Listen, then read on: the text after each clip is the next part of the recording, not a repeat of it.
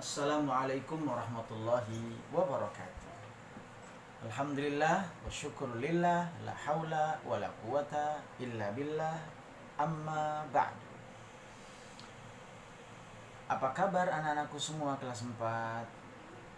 Alhamdulillah, sekarang sudah naik kelas 4. Kemarin kelas 3. Di kelas 3 bertemu juga dengan Bapak kan? Di pelajaran sejarah kebudayaan Islam? Iya. Tahun ini kita sambung sayang. Insya Allah untuk kelas 4 pelajaran SKI juga akan diajarkan oleh Pak Najihan atau Ustadz Najihan. Insya Allah sama-sama ya. Mudah-mudahan semuanya bisa mengikuti pelajaran dengan baik dan cepat pahamnya. Iya. Jangan lupa berdoa sebelum kita memulai pelajaran hari ini. Mari kita buka dengan bersama-sama membaca basmalah. Bismillahirrahmanirrahim. Yo, siapkan pulpennya, siapkan bukunya. Buka matanya, siapkan telinganya untuk mendengarkan penjelasan Ustadz mengenai sejarah kebudayaan Islam.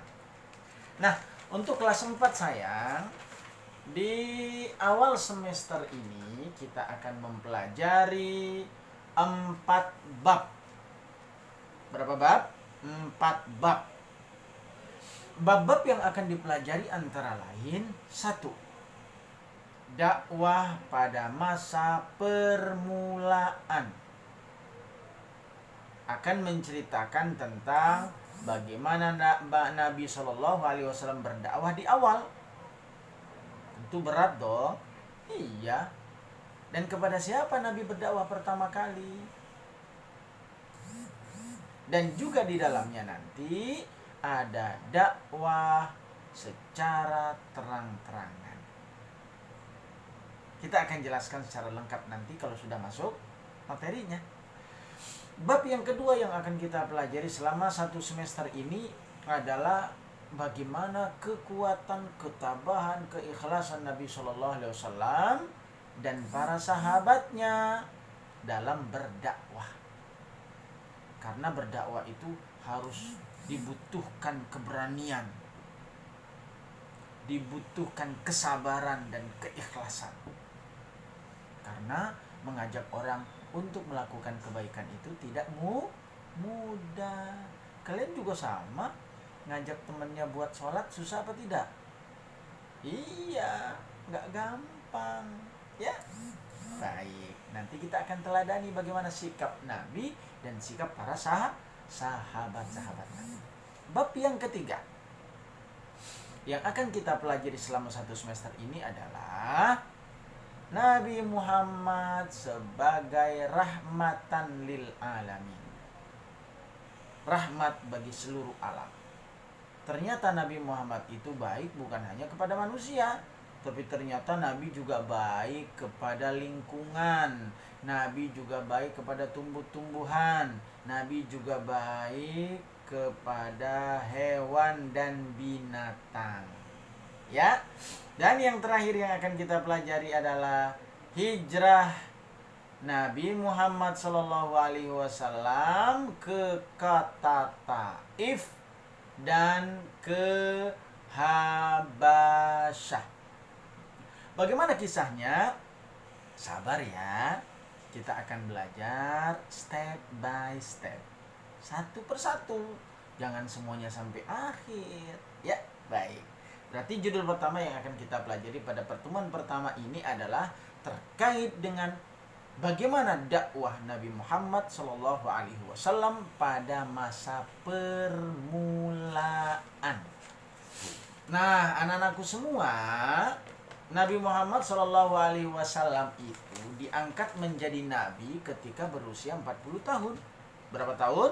40 tahun. Sudah cukup dewasa ya? Iya. Berarti sebelumnya Muhammad tidak menjadi nabi? Iya, belum. Tapi akhlak sifatnya mulia. Dengan akhlak yang mulia itu maka Nabi Muhammad SAW dijuluki Al-Amin, orang yang dipercaya, orang yang menjaga amanat, orang yang tidak pernah berbohong dan berdusta. Nah, Nabi Muhammad SAW ketika berusia 40 tahun, beliau itu sering datang ke satu tempat, yaitu sebuah gua, namanya Gua Hira. Gua itu kira-kira itu letaknya 6 km di sebelah timur kota Mekah. 6 km. Kira-kira dari mana ya? Kalau dari Ulu Jami, ya mungkin sampai ke Kebayoran lebih kali ya. Ustaz belum pernah ngukur tuh, atau mungkin lebih ya. Tapi sekarang semuanya dimudahkan karena orang-orang Arab itu sudah bisa naik bis, sudah bisa naik mobil. Ya kalau dulu mereka itu kalau dulu naik kuda. Iya, naik kuda, naik onta, cukup jauh dong perjalanannya. Belum lagi kemudian naik turun gurun, gunung, padang pasir. Sekarang sudah gampang, lurus jalannya, bisnya juga bagus, ber-AC, nggak terasa. Ya, baik.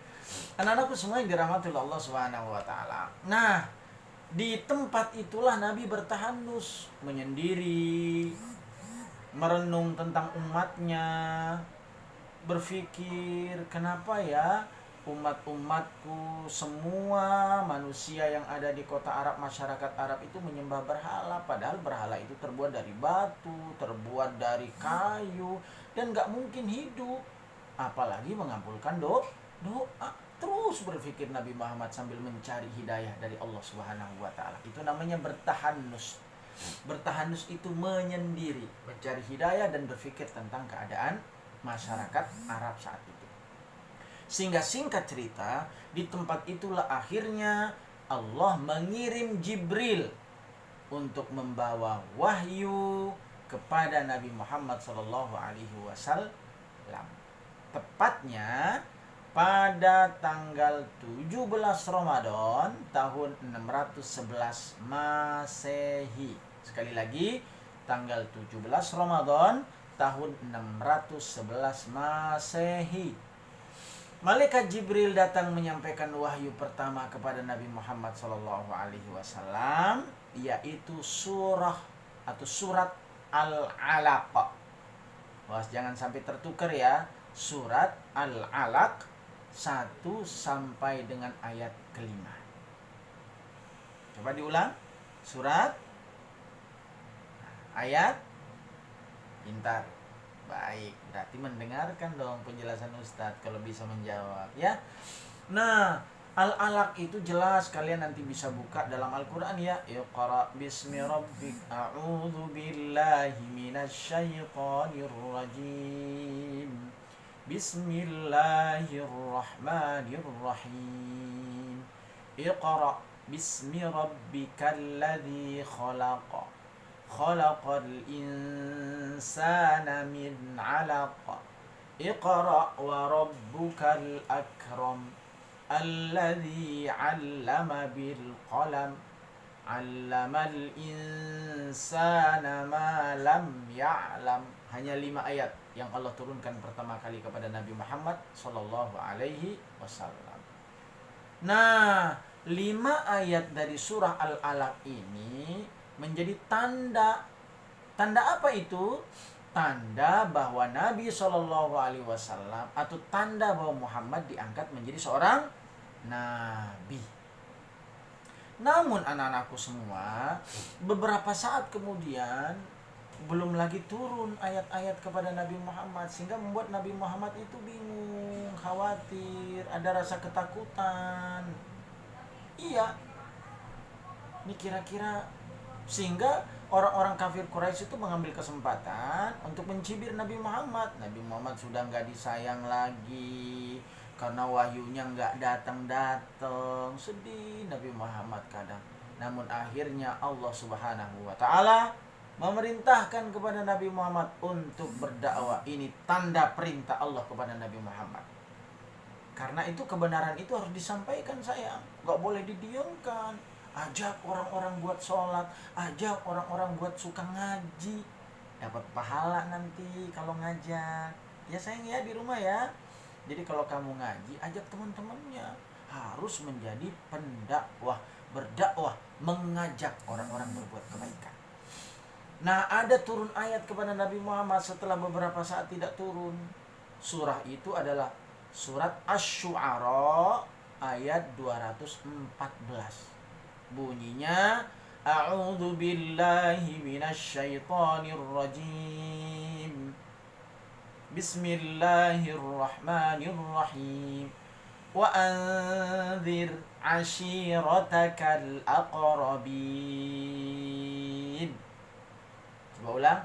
Wa anzir ashiratakal aqrabin. Dan berilah peringatan kepada kerabat-kerabatmu, wahai Muhammad, kerabatmu yang terdekat. Akhirnya mendengarkan perintah itu, Nabi tidak diam. Langsung Nabi bergerak. Karena itu perintah Allah. Perintah Allah itu berarti wajib. Walaupun secara manusiawi ya Muhammad itu manusia biasa yang punya kelemahan.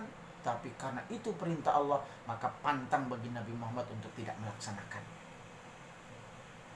Tuh, teladan Nabi Muhammad SAW. Nah, akhirnya Nabi Muhammad SAW kemudian berdakwah sayang. Kepada siapa dia berdakwah? Pertama kali Nabi berdakwah kepada kerabat-kerabatnya yang paling dekat. Coba kalian itu kira-kira kerabat kalian, keluarga kalian yang paling dekat siapa? Ibu, ya. Siapa lagi? Ayah, betul. Siapa lagi?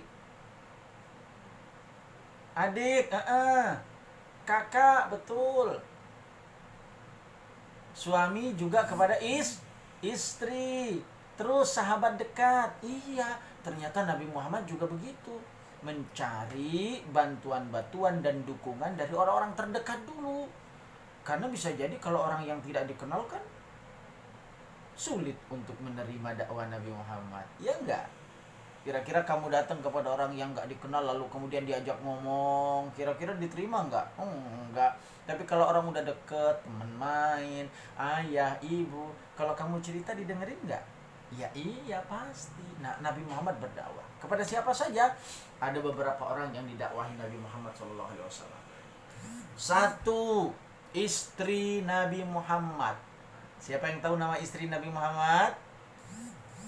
Tepat sayang, pinter. Khadijah. Khadijah itu istri Nabi Muhammad SAW. Perempuan pertama kali yang menerima ajaran Nabi Muhammad. Yang kedua siapa? Ayahnya. Enggak, ayahnya sudah meninggal dunia Nabi Muhammad sejak masih dalam rahim. Berarti siapa dong? Sahabat adiknya, betul, Ali bin Abi Thalib, sepupunya Nabi Muhammad SAW. Dan dia adalah anak pertama kali dari golongan anak-anak yang menerima dakwah Nabi Muhammad SAW. Siapa lagi ayo? Kira-kira dua lagi. Yang ketiga sahabat, betul, sahabat Nabi Muhammad, teman bermain. Kamu biasanya kalau curhat sama siapa? Sama ayah, sama ibu. Siapa lagi? Sama teman. Iya, sama sahabat pasti. Nabi Muhammad itu hanya beda 2 tahun dengan Abu Bakar umurnya. Dan memang biasa main. Ya, cuman kalau dulu Abu Bakar sama Nabi Muhammad nggak main sepeda. Iya, nggak main petak umpet. Tapi main biasa, bergaul bersama. Karena hidup bersama dan satu gang hampir berdekatan rumahnya. Nabi Muhammad berdakwah kepada Abu Bakar As-Siddiq, sahabat Nabi SAW yang paling akrab dengan Nabi. Dan yang terakhir, Nabi Muhammad SAW berdakwah kepada budak anak angkat beliau yang diangkat oleh Khadijah, seorang budak yang menjadi anak angkat keluarga Rasul SAW. Namanya Zaid bin Harisah. Nah, 4 orang ini kemudian awal-awal didakwahi oleh Nabi Shallallahu Alaihi Wasallam. Nah, dari tangan Abu Bakar itu baru masuk Islam banyak sahabat-sahabat yang lain melalui Abu Bakar. Siapa antara lain? Ada Utsman bin Affan, ada Zubair bin Awam. Diingat ya, dihafal ya. Ada Sa'ad bin Abi Waqqas. Kemudian ada juga Abdurrahman bin Auf. Ada juga Tolhah bin Ubaidillah. Ada Abu Ubaidah bin Jarrah, Arqam bin Abil Arqam, dan banyak lagi yang lain yang tidak disebutkan. Anak-anakku semua yang dirahmati Allah Subhanahu wa taala, sekilas mukaddimah pertemuan kita pertama ya. Mudah-mudahan yang singkat ini bisa dipahami. Ya, yang penting ijhad wala taksal. Belajar sungguh-sungguh dan jangan malas. Insya Allah tidak ada yang bodoh kalau mau belajar. Tunggu nanti ya kalau ada soalnya sayang ya. Kalau diinformasikan, dengarkan baik-baik, diulang-ulang, lalu kemudian dijawab soalnya. Semoga sukses selalu anak-anakku semua. Ingat, terus belajar di rumah, rajin sholat, rajin ibadah, berbakti sama orang tua. Ketemu lagi sayang ya dalam waktu yang lain. Assalamualaikum warahmatullahi wabarakatuh.